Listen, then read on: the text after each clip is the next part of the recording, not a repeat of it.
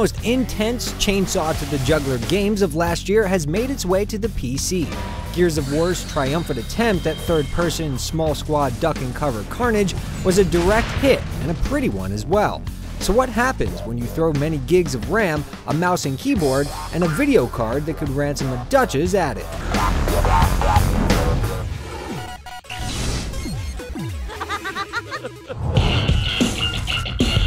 The story of Gears remains the same. You play as Marcus Phoenix, a recently paroled and reinstated soldier, taking on the Locust menace that's been running over the planet for the last 14 years.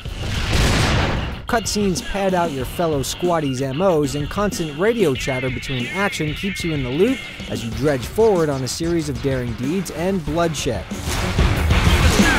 It's typical sci-fi action, with enough mythos just out of reach to give the struggle a veil of uncertainty.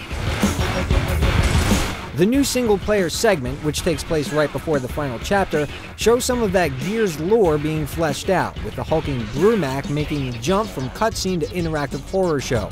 The segment fits in with the story and doesn't seem tacked on or out of place.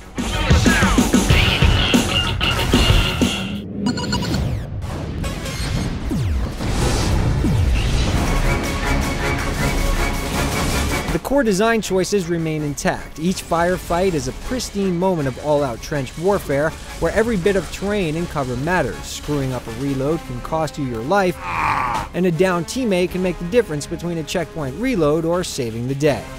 The battle arenas are designed with quick tactics in mind, and even with the game's linear progression, there's still some exploring for discarded weapons, ammo, collectible cog tags, and even some moments where the game lets you pick one of two divergent paths, though they all meet up at the same place. The occasional boss battle requires some thinking outside the shotgun, demanding certain weapons or tactics. There's a handful of other diversions, but it ultimately boils down to keeping the higher ground, your ammo stocked, and your head down. It's great, and made greater by playing with a friend over Games for Windows Live for a co-op outing. Multiplayer is a team affair, taking up either the Cog's Cause or the jingoistic Locust Rabble. Modes have their own names, but it's basically team deathmatch with some variations and a few King of the Hill modes. The new mode for PC is actually called King of the Hill, and changes things up by keeping the hill at a set location for the entire match, which falls in line with the game's defensive style. A few new multiplayer maps get thrown in, which are good but nothing special, as well as all the downloadable content that was on Xbox Live. PC players may be surprised that they have to buy a Gold Games for Windows Live account in order to reap the full benefits of online achievements and skill-based matchmaking, though they can still jib out online for free.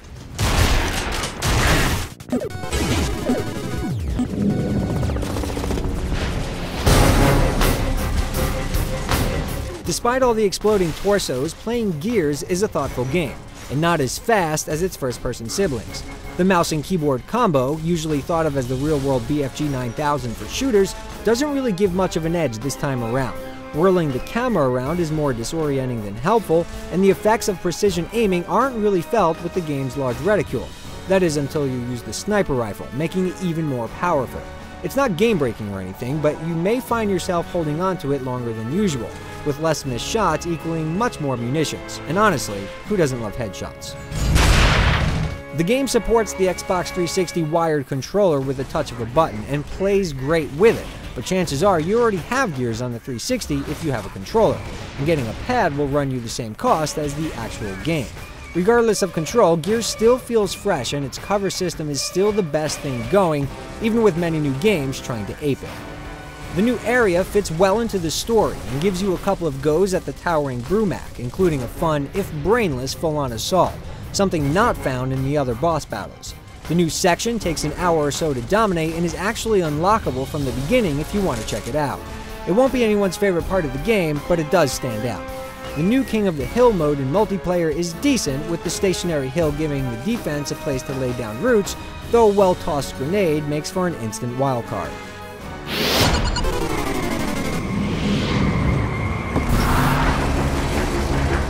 This port was handled by Polish developer People Can Fly, now a subsidiary of Epic Games, who've made their name in the past with the Painkiller series. The Unreal Engine can look like sex on the PC, but it's not a balanced affair. Even on a fresh Vista box, well exceeding the benchmarks of a recommended system, things can get very jumpy. Multiplayer has the least hitches, while the in-engine cutscene can play like slideshows, with single player hanging somewhere in the middle.